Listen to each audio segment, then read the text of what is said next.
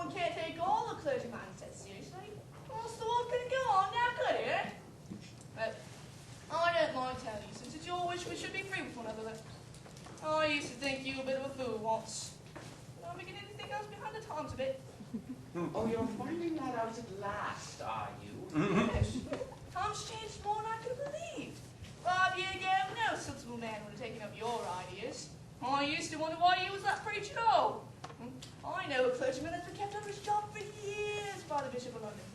Poor fellow's not a bit more religious than you are. But today, if anyone would offer to bet me £1,000 that you'll end up being bishop yourself, well, I doesn't take that bet. You and your crew are getting influential, I can see that. You had the right instinct after all, James. The line you took is a pain line in the long run for a man of your soul. Shake hands, Burgess. Now you're talking honestly. I don't think they'll make me a bishop, but if they do, I'll introduce you to the biggest robbers I can get to come to my dinner parties. You will have your joke, James. All quills made up now, ain't it? Say yes, James. Candida? Why, my darling. I intended to meet you at the train. I let the time slip. So engrossed by... I forgot. How are you, Candy? James and me has come to an understanding. An honorable understanding, ain't we, James? Oh, bother your understanding. You've made me late for Candida. My darling, how did you manage with the luggage? There. I wasn't alone.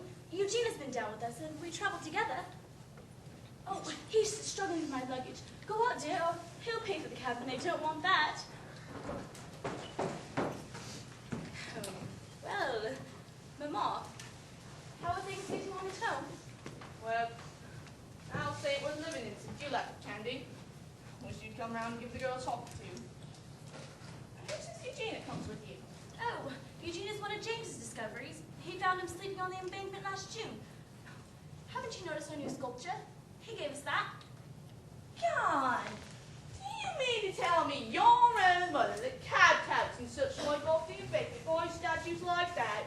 No, it's a high-class church statue, and James shows it himself. Guess again, Eugene isn't a cab tout. What is he? A nobleman, I suppose. Yes, his uncle's a peer, a real live earl. No! Yes. He had a 7-day bill for £55 in his pocket when James found him on the embankment. He thought he couldn't get any money for it until the 7 days were up, and he was too shy to ask for credit. Oh, he's a dear boy. We were very fond of him. Well, I thought you wouldn't get an Earl's Navy visiting Victoria Park. Well, unless he were a bit of a flat. Be sure to introduce me to him, Candy. I only got about 2 minutes. 2 minutes? Oh, come now. You spare us a quarter of an hour at all events.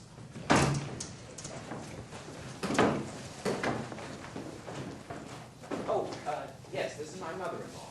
Mrs. Burgess, Mr. Marchbanks. Glad to meet you, I'm sure, Mr. Marchbanks. How do you find yourself this weather? Hope you aren't letting James put no foolish ideas in your head. Foolish ideas? Oh, you mean socialism? No. That's right, Mr. Marchbanks. Must be going. There's no help for it.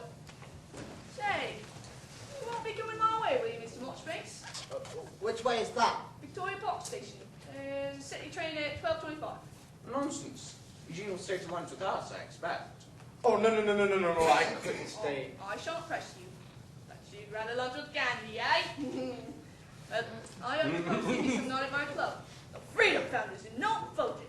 Come, say you will. Well, thank you very much, Mrs. Burgess. What exactly is Norton Folgate? Down on Surrey, isn't it? You'll lose your train, Mamma. You'll go out at once. Come back in the afternoon and tell Mr. Marchbanks where's fun the club. I never met Madison, no, not faulted before. Good one, Mr. Marchbanks. I know you're too hard-bred to take my pleasantry, bad part. Not at all. So long, James. Oh, must you go? Don't stir. Oh, I'll see you.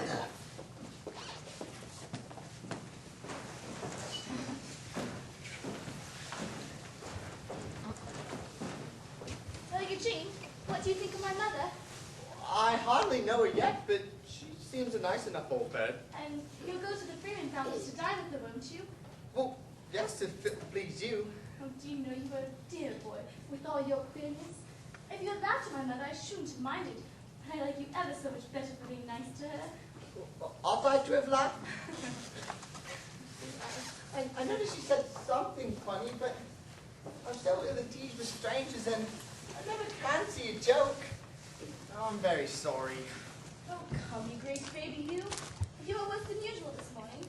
Why were you so melancholy as you came along in the cab? Oh, that was nothing. I was just thinking about how much I was to have given the cabman. See, I know it sounds utterly silly, but you have no idea how dreadful such things are to me. How I shrink from having to deal with strange people. Well, it's all right now. He beamed all over and tipped his hat when Morel gave him 2 shillings. I was on the point of giving him 10. Dear. James, he was going to give the cabman 10 shillings. 10 shillings worth the 3-minute drive. Never mind, Marchbanks. The overpaying instinct is a generous one. Better than the underpaying instinct, and not so common. No. Cowardice. Incompetence. Mrs. Morel's quite right. Of course she is. Now, I must leave you to James for the present. I suppose you are too much of a poet to know what state a woman finds a house in when she's been away for 3 weeks. Hand me my bag. Now take my cloak across my arm. Now my hat.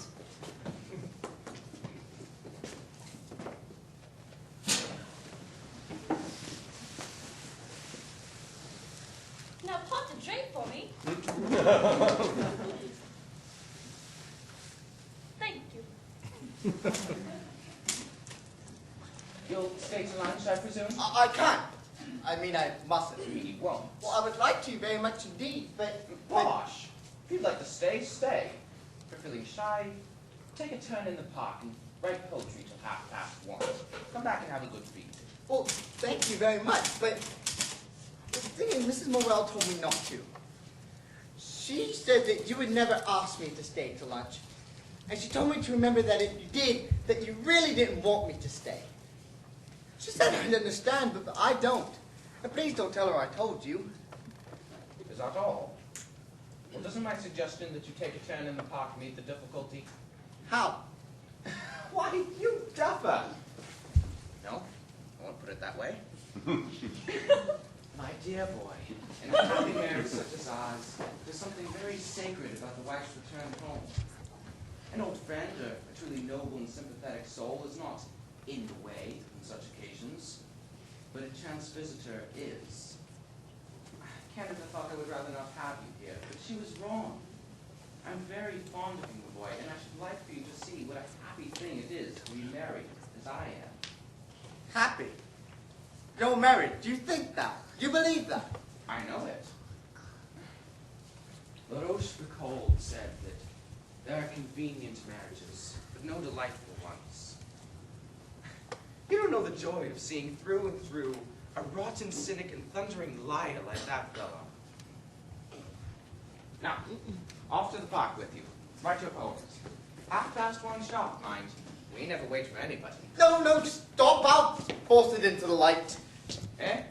Force what? Well, there is something that must be settled between us. Now? Now! Before you leave this room! My dear boy, I wasn't going to leave it. I thought you were. Come, sit down quietly and tell me what it is. Remember, we are friends.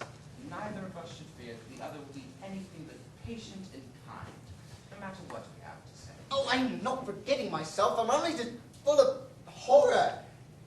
Oh, don't look at me with that self-complacent look. I will stagger you if you have a heart in your breast. Stagger me, my boy. Out of it. Well, first, I love your wife. Well, of course you do. Everybody loves her. They can't help it. I like it. Case to be talked about. You're under 20. She's over 30. Doesn't it look a bit like a case of calf love? You dare say that, Dover? You dare speak that way of the love she inspires? That's an insult to her. To her? Eugene, take care. I have been patient. I hope to remain patient. But there are some things I will not allow. Don't force me to shew you the indulgence I would shew a child. be a man. Oh, put aside all that cant. Oh, I can't bear to think of the doses of it she has had to endure in all these weary years, during which you have selfishly and blindly sacrificed her to minister to your self-sufficiency. You, who have not one thought, one